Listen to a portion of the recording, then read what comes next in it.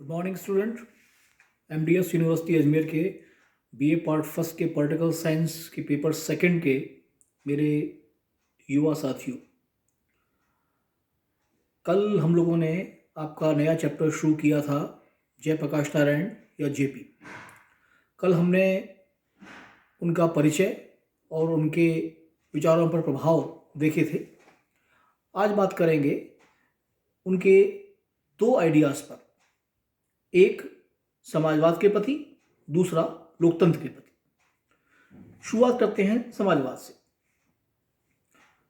जैसा कि मैंने आपसे कहा था कि जब जयप्रकाश नारायण 1922 में पढ़ने के लिए अमेरिका गए थे तो वहाँ उन्होंने समाजवादी चिंतन को बड़ी गहराई से पढ़ा और अनुभव किया।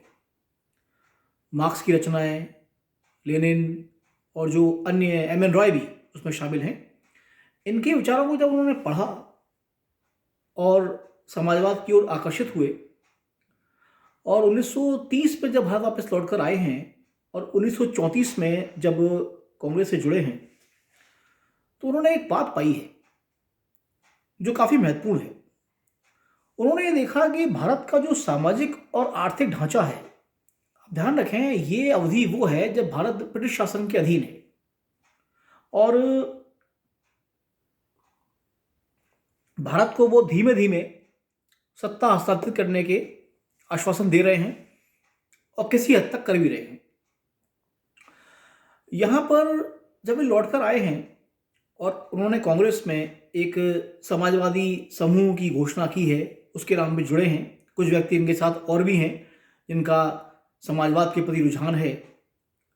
लेकिन यहाँ एक जो चीज़ जेपी को और उनसे अलग करती है वो ये कि रूस के आक्रामक साम्यवाद से वो सहमत नहीं रह पाए।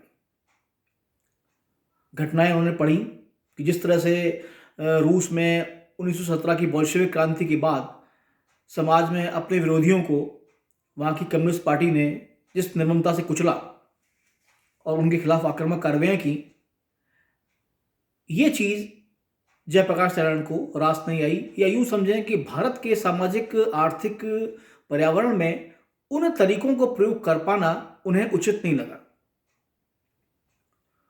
वजह स्पष्ट थी कि भारत अभी औपनिवेशिक शासन के अधीन था, वो भी कम अत्याचारी नहीं था।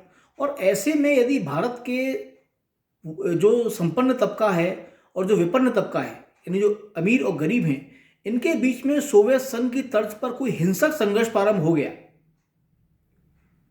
तो भारत की आज़ादी की मांग भी एक तरफ हो जाएगी और दूसरी तरफ भारत का समाज बिखर जाएगा, टूट जाएगा, जो कि इस अंतर के बावजूद शताब्दियों से टिका रहा है, क्योंकि यहां वर्ग संघर्ष के स्थान पर वर्ग सामंजस्य रहा है। और हमने शुरुआत में डिस्कस किया था, नैतिक विचारों पर जेपी प्रभावित थे। वो इस बात को मानते थे कि परिवर्तन आक्रामक कार्रवाइयों से कभी नहीं आते। आपने वो एक अंग्रेजी की कहावत सुनी होगी, इसका अनुवाद कुछ यूं है कि आप घोड़े को खींचकर पानी के पास ला सकते हैं, लेकिन आप उसे पानी पीने पर मजबूर नहीं कर सकते। आक्रामकता और अब उसके बाद ज्यादा आक्रामकता को जन्म देती है, ना कि शांति को। और आप उदाहरण लीजिए, दो विश्व युद्धों के बीच में केवल 20 साल का फर्क है, 1919 और 1939। शांति स्थायी नहीं रह पाई। अंततः सामंजस्य, सामाजिक सौहार्द और प्रेम ही संस्कृति और समाज को स्थिर रखते हैं। तो जेपी साम्यवाद के नहीं, समाजवाद के समर्थक हैं और उनको लगता था कि भारत के सामाजिक और आर्थिक पर्यावरण के लिए उदार समाजवाद ज्यादा प्रासंगिक है। और यहां वो मानते थे कि समाजवाद को लाने के लिए दो चीजें महत्वपूर्ण हैं। ठीक है, बुद्धिजीवी वर्ग का जो एलीट क्लास है उसकी लीडरशिप, उसके विचार आवश्यक हैं। विचारों के आधार पर ही कार्यक्रम बनते हैं और आगे बढ़ते हैं, इसमें कहीं कोई दो राय नहीं है। लेकिन यहाँ पर जयप्रकाश नारायण का जो महत्वपूर्ण और मौलिक सुझाव था या विचार था, वो ये था कि समाजवाद को लाने में ज़्यादा महत्वपूर्ण भूमिका उस कमजोर तबके की होती है जो दबा हुआ, सहमा हुआ और कुचला हुआ है। जबकि इससे पहले हो ये रहा है कि जो साम्यवादी विचार हैं वो ये कहते हैं कि नहीं, जो साम्यवादी नेतृत्व है वो लीडरशिप प्रदान करेगा, नेतृत्व प्रदान करेगा, और ये जो समाज का सर्वहारा वर्ग है, मजदूर और किसान, वो उनको फॉलो करेंगे बगैर किसी बहस के, बगैर किसी आर्ग्यूमेंट के। लेकिन इसको उल्टा किया जेपी ने। उन्होंने कहा नहीं, एक रोल है बुद्धिजीवी वर्ग का, लेकिन इसके साथ साथ उनसे ज्यादा महत्वपूर्ण जो भूमिका है वो समाज के इस वंचित वर्ग की है। वो साम्यवाद की आक्रामकता को बिल्कुल दरकिनार करना चाहते थे। उनकी एक पुस्तक है, इसका नाम आप ध्यान से नोट कीजिएगा, वाई सोशलिज्म, या साम्यवाद क्यों। ये जयप्रकाश नारायण की किताब है, अक्सर छोटे प्रश्न इसमें पूछे जाते हैं। उसमें उन्होंने इस बात की व्याख्या की है कि मनुष्य की अंतर्निहित क्षमताएं समान हैं और प्रकृति ने कुछ असमानताएं छोड़ी, लेकिन समाज की सामाजिक और आर्थिक विषमताओं को वो प्रकृति की देन नहीं मानते थे। जैसे आप देखिए, व्यक्तियों की क्षमताएं और व्यक्तियों के अनुभव अलग अलग होते हैं, कहीं कोई दो राय नहीं है। आप खुद पर ही देखिए, सारे विषयों पर आपका नियंत्रण बराबर नहीं होता। कुछ विषय आपको पसंद होते हैं, कुछ नहीं होते। तो जिसमें आपकी रुचि है वहाँ आपका काम ज़्यादा अच्छा होता है, और जहाँ आप थोड़े हल्के पड़ते हैं वहाँ आपके नंबर या आपका प्रेजेंटेशन थोड़ा कमज़ोर होता है। समाज में भी आप पाएंगे व्यक्ति बराबर नहीं होते। प्रकृति ने जो असमानता बनाई है, जयप्रकाश नारायण उसको तो मानते हैं, लेकिन उनका मानना है कि समाज में जो आर्थिक विषमता है और जो सामाजिक विषमता है, चाहे वो जाति प्रथा हो, छुआछूत हो, भेदभाव, जो कुरीतियां हैं, वो कहते हैं ये प्रकृति ने नहीं बनाई है, ये समाज ने बनाई है। और क्योंकि इनको समाज ने बनाया है, इन समस्याओं को पैदा किया है, इसलिए इन समस्याओं का समाधान करने की जिम्मेदारी भी समाज की ही है, और समाज इससे पीछे नहीं हट सकता। जितना जल्दी इसका समाधान करेगा आगे बढ़ेगा। और इसका सबसे अच्छा उनका जो उदाहरण है वो 1940 का कांग्रेस का रामगढ़ अधिवेशन है। उन्होंने अपने इस अधिवेशन में, अपने व्याख्यान में कई बिंदु उठाए। जैसे उनका पहला बिंदु ये था कि समाज में जो विषमता है सामाजिक, इसका कारण ये नहीं है कि समाज कमजोर है, बल्कि उत्पादन के जो साधन हैं उन पर कुछ खास लोगों का जरूरत से ज्यादा नियंत्रण है।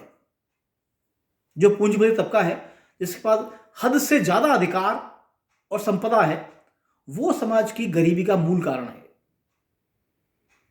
और उन्होंने यहां पर सुझाव दिया कि बेहतर होगा कि सरकारें ये जो बड़े और भारी उद्योग हैं, इनके संसाधन और इनका स्वामित्व अपने हाथ में ले, बजाय ये किसी निजी व्यापारी या किसी उद्योगपति के हाथ पे रहे।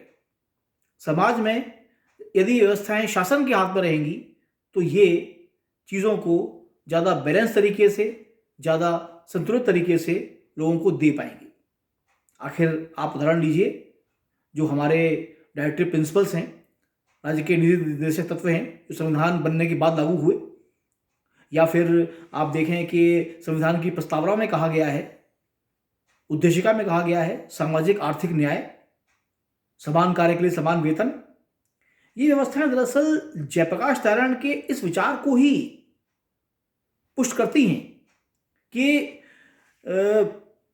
पूंजी का केंद्रीकरण के स्थान पर विकेंद्रीकरण एक ज्यादा बेहतर विकल्प हो सकता है।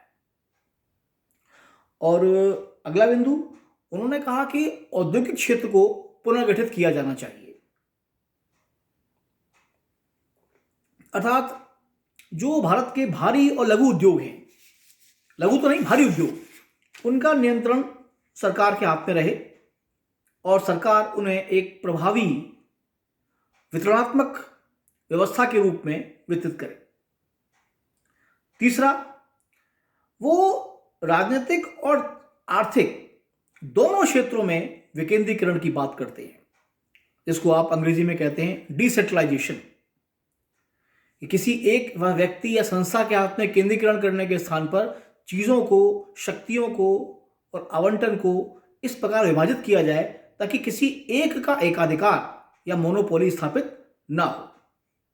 जैसे वो लोकतंत्र की मूल अवधारणा के तो समर्थक हैं, लेकिन आधुनिक लोकतांत्रिक व्यवस्था के वो कटु आलोचक हैं, क्योंकि उनका यह मानना है इस प्रणाली में बजाय जन कल्याण या समाज के कल्याण की भावना के व्यक्तिगत स्वार्थ और निहित कूटनीतियां अधिक प्रभावी रहती हैं। धन्यवाद।